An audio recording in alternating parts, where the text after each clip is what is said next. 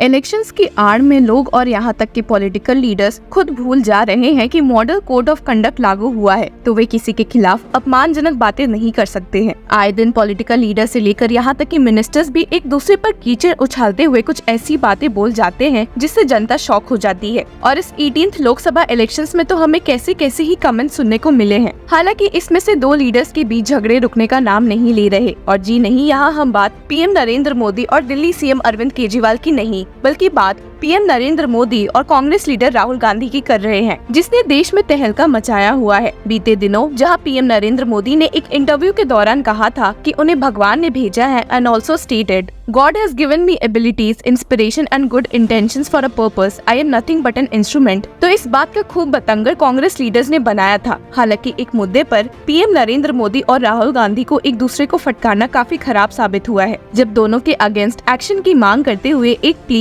Delhi high court जा पहुंची है। जी हाँ, आपने सही सुना। अब आप शायद अंदाजा लगा सकते हैं कि यहाँ हम किस मुद्दे की बात कर रहे हैं। तो असल में यहाँ बात हो रही है अडानी ग्रुप की। तो बात ऐसी है कि आए दिन हम सभी जानते हैं कि पीएम नरेंद्र मोदी और बीजेपी दोनों पर ये इल्जाम लगता है कि वे सिर्फ अमीर लोगों के लिए लॉस बनाते हैं और उनके भले के लिए काम करते हैं और न कि गरीब और आम जनता के लिए। तो कई बार पीएम नरेंद्र मोदी पर स्पेशली अडानी ग्रुप्स को फेवर करने का इल्जाम लगा है। इसमें से एक इल्जाम कांग्रेस लीडर राहुल गांधी ने भी लगाया था, जब उन्होंने कहा था कि पीएम मोदी जब आराम से businessman such as Gautam Adani के loans of up to 15 to 16 crore माफ कर सकते हैं, तो भला वे देश के फार्मर्स के लोन क्यों नहीं माफ कर सकते। हालांकि ये इल्जाम लगाने का सिलसिला संगीन हो गया जब उल्टा पीएम नरेंद्र मोदी ने राहुल गांधी को फटकारते हुए कह दिया था कि भला वे अडानी या अंबानी मैटर्स पर कई दिनों से चुप्पी क्यों साधे बैठे हैं और क्या उन्हें अब अडानी और अंबानी ने टेम्पो भर भर के पैसे खिला दिए हैं। और इन्हीं स्टेटमेंट्स के खिलाफ अब एक प्ली दिल्ली हाईकोर्ट में फाइल हुई है।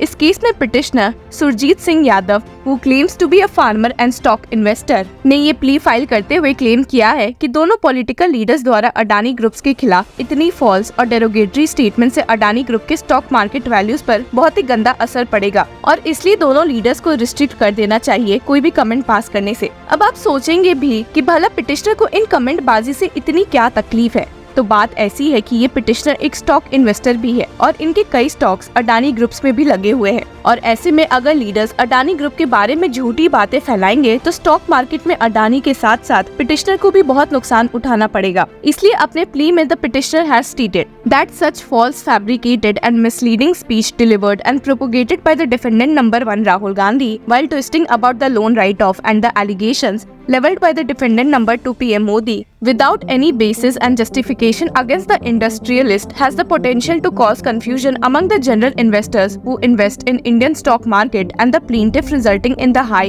unanticipated volatility in the stock prices of the companies of these industrialists are causing huge losses to the investors and traders which also includes the plaintiff। और इसलिए ही पिटिशनर ने दोनों लीडर्स को restrict करने की मांग कोर्ट से की है। सिर्फ यही नहीं बल्कि पिटिशनर ने कांग्रेस लीडर राहुल गांधी पर फॉल्स एंड मिसलीडिंग स्टेटमेंट्स का भी इल्जाम लगाया है regarding alleged weaving of loan by the central government to the tune of rupees 15 or 16 lakhs crore of few industrialists including Gautam Adani who is the promoter of Adani group of companies। Petitioner ने plea में कहा है कि राहुल गांधी ने जानबूझकर ऐसे comments Adani group के खिलाफ किए हैं ताकि उनके स्टेक होल्डर्स के मन में डाउट पैदा हो और उनकी मार्केट वैल्यू डिक्रीज हो। The plea stated that such negative campaign against industrialists causes unanticipated high volatility in the stock market, causing huge loss to the investors, including the plaintiff, as he himself is an investor and shareholder in few listed companies of Adani Group। सिर्फ यही नहीं बल्कि petitioner ने राहुल गांधी के March 3 speech at Madhya Pradesh in the petition को भी cite किया है और स्टेट किया है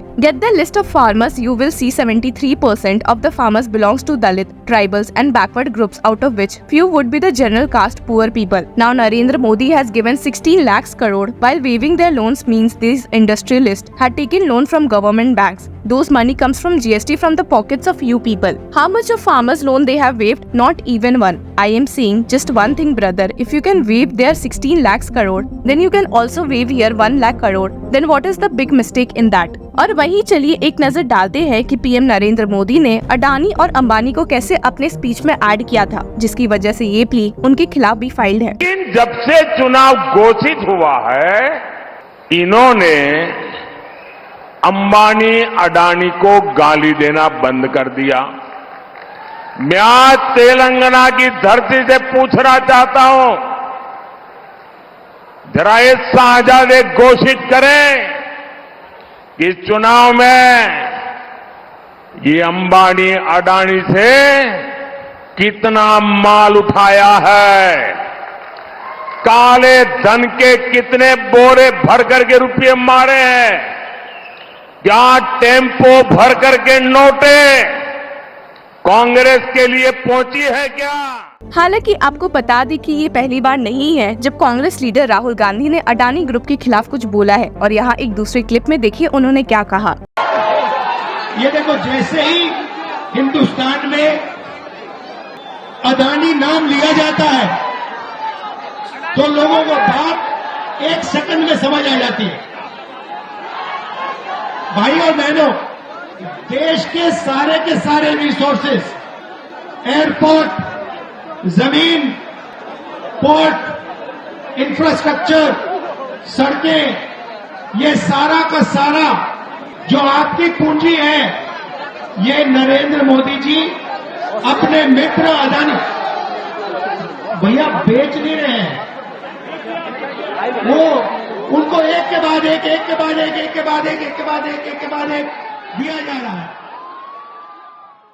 शायद इन्हीं कुछ कारणों की वजह से कांग्रेस लीडर राहुल गांधी पर आए दिन काफी डिफेमेशन के केसेस लगे हैं, क्योंकि उन्होंने अब तक बहुत लोगों के खिलाफ उल्टा सीधा बोला है। जहां कांग्रेस लीडर अपने स्पीचेस के लिए काफी चर्चित रहते हैं, वहीं इस लोकसभा इलेक्शंस में हमने पीएम नरेंद्र मोदी के भी कई इंटरेस्टिंग स्पीचेस सुने हैं और उनके हेट स्पीच को तो कैसे ही भूला जा सकता है। यहाँ हम उसी स्पीच की बात कर रहे हैं जिसकी वजह से बीजेपी और नरेंद्र मोदी को काफी बैकलैश मिला था। तो चलिए एक नजर इस पर भी डाल लेते हैं।